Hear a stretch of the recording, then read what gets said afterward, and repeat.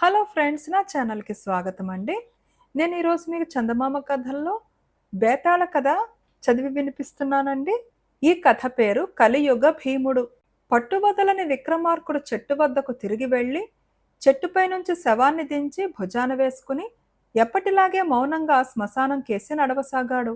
అప్పుడు శవంలోని బేతాళుడు, రాజా, నీలాగా దుర్ఘటమైన పనులు మీద వేసుకుని తాము కోరినది సాధించిన వారు కొందరున్నారు, కానీ శశికేతుడిలాగా చేతికందిన ఫలితాన్ని కాలదన్నిన వారెవరూ లేరు. శ్రమ తెలియకుండా నీకు శశికేతుడు కథ చెబుతాను విను అంటూ ఇలా చెప్పసాగాడు. నవకేతన నగరానికి పుష్పకేతుడు అనే రాజుండేవాడు. ఆయన ఎంత మంచివాడంటే ప్రజలాయన కోసం ప్రాణాలు వదలడానికి కూడా సిద్ధంగా ఉండేవారు. అలాంటి పుష్పకేతుడిని సంతానం లేని కొరత ఒకటి చాలా బాధించేది. ఈ బాధను ఆయన చాలా కాలం తన మనసులోనే అణచుకుని చిట్ట చివరకు ఒక రోజున తన పురోహితుడితో చెప్పుకున్నాడు. రాజ పురోహితుడు మహాజ్ఞాని. ఆయన రాజుతో, మహారాజా, ప్రజలంతా మీ బిడ్డలే కదా, అయినా బిడ్డలు కలగాలన్న కోరిక మీకున్నట్టుగానే ప్రజలకు కూడా ఉండటం సహజం. ప్రజలందరికీ సంతర్పణ చెయ్యండి. వచ్చిన వారందరి నుంచి సుపుత్రుడు కలగాలి అని ఆశీర్వాదం పొందండి. ప్రజలందరూ మనస్ఫూర్తిగా చేసే ఆశీర్వాదం వృధా పోదు అన్నాడు. పుష్పకేత మహారాజు పురోహితుడు చెప్పినట్టే చేశాడు. దేశంలో ఉన్న సమస్త జనానికి సమారాధన అవిచ్ఛిన్నంగా జరిగింది. భోజనం చేసి వెళ్లే ప్రతి మనిషి చేత రాజు ఆశీర్వాదం పొందాడు. అందరి ఆశీర్వాదాలు ఫలించి ఏడాది తిరిగేసరికల్లా రాజుకొక చక్కని కొడుకు కలిగాడు. అతనికి శశికేతుడని పేరు పెట్టుకున్నారు. శశికేతుడికి తండ్రిలోని సద్గుణాలన్నిటితో పాటు అసాధారణమైన ధైర్యము, బలము కూడా పెంపొందాయి. యుక్త వయస్సు రాగానే అతనికి పెళ్లి చేయ నిశ్చయించి అనేక దేశాల రాజకుమార్తెలను చూశారు. వారెవరూ అతనికి నచ్చని కారణం చేత అప్పుడే నాకు పెళ్లి దేనికి అని శశికేతుడు తాత్సారం చేస్తూ వచ్చాడు. కానీ అతనికి పెళ్లాడాలన్న కోరిక లేకపోలేదు. ఒకనాడతను పురోహితుడి ఇంటికి వెళ్ళి, స్వామి, నాకు తగిన కన్య ఎక్కడున్నదో చెప్పగలరా అని అడిగాడు. నాయనా, రుద్రజటమనే దేశాన్ని పాలించే జితసేన మహారాజు కూతురు తప్ప నీకు భార్య కాదగిన కన్య మరొకటి లేదు అన్నాడు పురోహితుడు. ఈ మాట వింటూనే శశికేతుడు తన కత్తి మాత్రమే తీసుకుని గుర్రమెక్కి రుద్రజటానికి బయలుదేరాడు. అతను రాజధానికి చేరి ఒక పేదరాశి పెద్దమ్మ ఇంట బస చేసి, పెద్దమ్మ, నేను ఈ దేశపు రాజకుమార్తెను పెళ్లాడదామని వచ్చాను. ఎవరి ద్వారా ప్రయత్నం చెయ్యమని సలహా ఇస్తావు అని అడిగాడు. పెద్దమ్మ పెద్దగా నిట్టూర్చి, అయ్యో నాయనా, నీ వంటి వాళ్లకు 100 మందికి ఆ రాజకుమార్తె ఇప్పటికి పెళ్లి చేసేసింది. వాళ్ల తలలన్నీ కోటగుమ్మానికి తోరణంగానే వేళ్లాడగట్టి ఉన్నాయి. నా సలహా అడిగేటట్టయితే వచ్చిన దారే మీ దేశానికి వెళ్ళిపో అన్నది. అదేమిటి, అలా ఎందుకు జరిగింది అని శశికేతుడు పెద్దమ్మని అడిగాడు. ఏం చెప్పమంటావు నాయనా, మా రాజుగారు అమ్మాయి 4 ఏళ్ల పిల్లగా ఉండగా ఎవరో మంత్రగాడెత్తుకుపోయాడని చెప్పుకున్నారు. 2 రోజుల పాటు దేశమంతా అట్టుడికిపోయింది. ఆ తరువాత రాజుగారు చాటింపు వేయించి తన కుమార్తెను ఎవరు ఎత్తుకుపోలేదని, ఆమె అంతఃపురంలో సురక్షితంగానే ఉన్నదని ప్రజలకు తెలియపరిచారు. 2 ఏళ్ల క్రితం ఆ పిల్లకు యుక్త వయస్సు వచ్చింది. పెళ్లి ప్రయత్నాలు ఆరంభించారు. అనేక మంది రాజకుమారులు ఆమె అందచందాలను గురించి విని పెళ్లాడతామని వచ్చారు. తనను పెళ్లాడటానికి రాజకుమార్తె ఒక షరతు పెట్టింది. ఇక్కడికి 10 కోసుల దూరాన ఉండే భీమవనంలో కలియుగ భీముడని ఒకడున్నాడు. వాణ్ణి జయించి వాడి తల నరికి తెచ్చిన వాణ్ణే తాను పెళ్లాడతాను అంటుంది. అలా చెయ్యలేని వాడి తల కొట్టించి కోటగుమ్మానికి వేళ్లాడదీయిస్తుంది. అందుచేత నువ్వామెను పెళ్లాడే ఆలోచన వదులుకో బాబు అన్నది పెద్దమ్మ. ఇంత దూరం వచ్చి ఓడిపోయి తిరిగిపోతానా పెద్దమ్మ? రాజకుమార్తె ఇలా రాజకుమారుల తలలు నరికేస్తుంటే రాజైనా ఇదేమిటి అనడా అని శశికేతుడు అడిగాడు. ఏం చెప్పమంటావు నాయనా, ఆ రాజు పిరికివాడు, కూతురంటే భయపడతాడని చెప్పుకుంటారు అన్నది పెద్దమ్మ. మర్నాడే శశికేతుడు రాజభవనానికి వెళ్ళి, నన్ను రాజకుమార్తె పెళ్లాడుతుందేమో అని తెలుసుకోవటానికి వచ్చాను అని రాజుకు కబురు చేశాడు. అతన్ని భటులు లోపలికి తీసుకుపోయారు. సింహాసనాల మీద ఒక పక్కగా రాజు, మరొక పక్కగా రాజకుమార్తె కూర్చుని ఉన్నారు. శశికేతుడు మరొక ఆసనం మీద కూర్చుని తాను వచ్చిన పని వాళ్లకు చెప్పాడు. రాజకుమార్తె అతని కేసి వెటకారంగా చూస్తూ, భీమవనంలో ఉండే కలియుగ భీముడి శిరస్సు తెచ్చి నాకు చూపినట్టయితే నేను ఎవరినైనా పెళ్లాడతాను.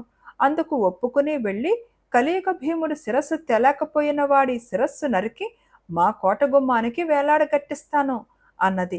శశికేతుడు గట్టిగా నవ్వి, ఆ కలియుగ భీముడు శిరస్సు తేలేకపోతే నా దారిన నేను హాయిగా వెళ్ళిపోతాను, కానీ నా శిరస్సును మీ కోట గుమ్మానికి అలంకారంగా ఎందుకిస్తాను అన్నాడు. రాజకుమార్తె అతని కేసి చురచురా చూస్తూ, ఎక్కడికే తిరిగి వస్తావు, రాకుండా ఉండటం నీ చేతిలో ఉండదు తెలిసిందా అన్నది. శశికేతుడు అక్కడి నుంచి బయలుదేరి తన గుర్రం మీద భీమవనానికి వచ్చాడు. భీమవనం చాలా అందమైనది. అందులోకి చాలా దూరం వెళ్ళాక ఒక ఇల్లు కనపడింది.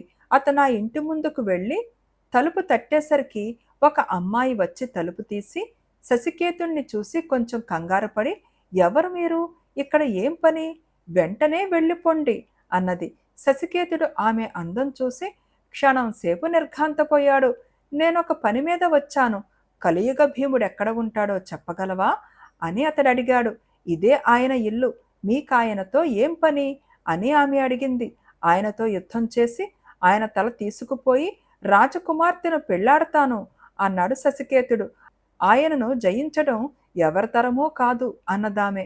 జయించకపోతే ఆయన చేతిలో ఓడి చనిపోతాను, ఎలాగైనా ఒకటే, నేనాయన తల తీసుకురాకపోతే రాజకుమార్తె నా తల తీయిస్తుంది అన్నాడు శశికేతుడు. నేనాయన కుమార్తెను, మా తండ్రి ఈ పక్కనే జువ్వి చెట్టు కింద నిద్రపోతూ ఉంటాడు అన్నదామె. సరే వస్తాను అని శశికేతుడు బయలుదేరుతుండగా ఆమె అతన్ని వెనక్కు పిలిచి రహస్యంగా, ఆయన తల దొరికినట్టయితే దాన్ని ఎక్కడా కింద పెట్టవద్దు, చేతిలోనే పట్టుకుని తిన్నగా నా దగ్గరికి రండి అన్నది. శశికేతుడు ఆమె చూపిన దిక్కుగా వెళ్ళి జువ్వి చెట్టు కింద పడుకుని నిద్రపోతున్న మహాకాయుణ్ణి ఒకణ్ణి చూశాడు. అతను కలియుగ భీముణ్ణి ఒక్క తన్ను తన్నేసరికి ఆ మనిషి లేచి కూర్చుని, ఎందుకు నన్ను లేపావు అని అడిగాడు. నువ్వే కలియుగ భీముడివైతే కత్తి తీసుకుని యుద్ధానికి రా అన్నాడు శశికేతుడు. కలియుగ భీముడు ఏ ఆయుధమూ లేకుండానే కలియపడ్డాడు. శశికేతుడు కూడా కత్తి దుయ్యక కలియుగ భీముడితో బాహాబాహి యుద్ధం సాగించాడు. కొంతసేపు ఇద్దరూ యుద్ధం చేశాక కలియుగ భీముడు కాస్త వెల్లికిలా పడిపోయాడు. శశికేతుడు అతని రొమ్ము మీద కాలు పెట్టి నొక్కి, నీ తల నరికేస్తాను అన్నాడు.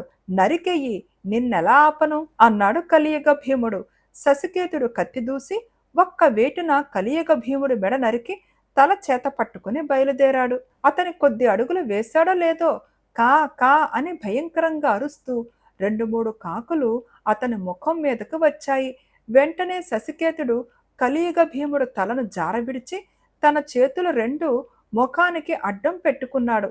అతను చేతులు అడ్డం తీసి చూస్తే కాకులు లేవు, కలియుగ భీముడు తల లేదు. ఏమి చెయ్యాలో తోచక శశికేతుడు భీమవనంలో కొద్దిసేపు తిరిగి కలియుగ భీముడి ఇంటికి వెళ్ళి అతని కుమార్తెతో జరిగిందంతా చెప్పాడు. ఆమె నవ్వి, ఇంత పరాక్రమవంతుడివి కాకులకు భయపడి నా సలహా మరిచావా? ఈసారి కలియుగ భీముడు తల నరికినప్పుడు దాన్ని వదలకుండా చేత పట్టుకుని నా దగ్గరికి రా అన్నది. శశికేతుడు మళ్ళీ జువ్వి చెట్టు కిందకు వెళ్ళేసరికి కలియుగ భీముడు ఏమీ ఎరగనట్టు నిద్రపోతున్నాడు. శశికేతుడు అతన్ని తన్ని లేపి అతనితో యుద్ధం చేసి పడదోసి మళ్ళీ తల నరికి చేత పట్టుకుని తిన్నగా కలియుగ భీముడి కూతురు దగ్గరికి వెళ్ళాడు. ఆమె అతని చేతిలో ఉండే తలను చూసి, ఇక నువ్వు చెయ్యవలసిందేమిటంటే ఈ తలను తీసుకుపోయి రాజకుమార్తెకు చూపించి, ఇది కలియుగ భీముడు తలేనని అందరి ముందు ఆమె చేత ఒప్పించు. ఆమె దానిని తనకివ్వమంటుంది, కానీ ఇవ్వకు. ఆ తలను అప్పుడే నరికి ముక్కలు చేసి దహనం చేసేయి. ఆ తరువాత నువ్వు రాజకుమార్తెను పెళ్లాడటానికి ఏ ఆటంకమూ ఉండదు. అంతకన్నా ముఖ్యమేమిటంటే ఈ రాజకుమారుల అకాల మరణాలను అరికట్టిన వాడు అవుతావు అన్నది. నేను తిరిగి వస్తాను, నువ్విక్కడే ఉంటావు కదా అన్నాడు శశికేతుడు. తల ఊపి ఆమె లోపలికి వెళ్ళిపోయింది. శశికేతుడు కలియుగ భీముడు తలను పట్టుకుని గుర్రం మీద రాజధానికి చేరేసరికి రాత్రి పొద్దుపోయింది. చలికాలం కావటం చేత రాజభవనం ముందు కాపలా వాళ్ళు చలిమంట వేసుకుంటున్నారు. శశికేతుడు రాజభవనంలోకి వెళ్ళి రాజకుమార్తె కోసం కబురు చేశాడు.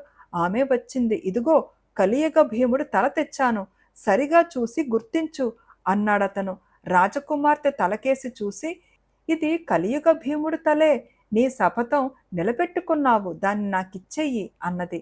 దాన్ని నీకివ్వాలన్న షరతేమీ లేదు అంటూ శశికేతుడు బయటికి నిలిచాడు. దాన్ని నాకిచ్చెయ్యి, కోటగుమ్మానికి అలంకారంగా తగిలిస్తాను. నువ్వేం చేసుకుంటావు అంటూ రాజకుమార్తె అతని వెంటపడింది. శశికేతుడు తిన్నగా చలిమంట దగ్గరికి వచ్చి కత్తితో తల నుంచి చిన్న చిన్న ముక్కలు నరికి మంటలో వెయ్యసాగాడు. రాజకుమార్తె కెవ్వున అరిచి అతని మీద కలియబడి కలియుగ భీముడు తలను బలవంతాన లాక్కోబోయింది. అతను తలను దూరంగా ఎడంచేత పట్టుకుని కుడి చేతిలో ఉన్న కత్తిని బలంగా విసిరి రాజకుమార్తెను రెండుగా నరికాడు. తరువాత అతను కలియుగ భీముడు తలను పూర్తిగా అగ్నిప్రీతి చేసి గుర్రమెక్కి తిరిగి భీమవనానికి వెళ్ళాడు. కలియుగ భీముడి కుమార్తె అతన్ని తిరిగి చూసి ఆనంద బాష్పాలు రాల్చింది. అతను ఆమెకు జరిగినదంతా చెప్పి ఆమెను తన గుర్రం మీద ఎక్కించుకుని తన నగరానికి వెళ్ళి అక్కడ ఆమెను వైభవంగా పెళ్లాడి సుఖంగా ఉన్నాడు. బేతాళుడు ఈ కథ చెప్పి, రాజా, అంత శ్రమపడి కలియుగ భీముడు తల తెచ్చిన రాజకుమారుడు రాజకుమార్తెను పెళ్లాడక కలియుగ భీముడి కుమార్తెను ఎందుకు పెళ్లాడాడు? కలియుగ భీముడి కుమార్తె తన తండ్రి చావుకు ఎందుకు సహాయపడింది? పురోహితుణ్ణి సలహా అడిగి బయలుదేరిన రాజకుమారుడు ఆ సలహా ప్రకారం ఎందుకు నడుచుకోలేదు? ఈ ప్రశ్నలకు సమాధానం తెలిసి కూడా చెప్పకపోయావో నీ తల పగిలిపోతుంది అన్నాడు. దానికి విక్రమార్కుడు, శశికేతుడు పురోహితుడి సలహాను అక్షరాలా పాటించాడు.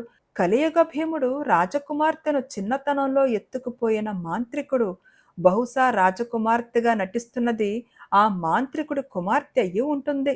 అన్ని ఏళ్లుగా మాంత్రికుడి వద్ద బందీగా ఉన్న రాజకుమార్తె అతన్ని నాశనం చెయ్యటానికి ప్రయత్నించడంలో ఆశ్చర్యం లేదు అన్నాడు. రాజుకు ఈ విధంగా మౌనభంగం కలగగానే బేతాళుడు శవంతో సహా మాయమై మళ్ళీ చెట్టెక్కాడు. ఫ్రెండ్స్, ఈ విక్రమార్క బేతాళ కథలు చాలా బాగుంటాయండి. ప్రశ్నలు జవాబులు వీటిలో ఎంతో జ్ఞానం ఉంటుంది. తప్పనిసరిగా వినండి. అండ్ ఈ కథ మీకు నచ్చితే తప్పకుండా లైక్ చేయండి అండ్ షేర్ చేయండి అండ్ ప్లీజ్ కామెంట్ కూడా పెట్టండి. And thank you. ఈ కథలు వింటున్నందుకు చాలా థ్యాంక్స్ అండి.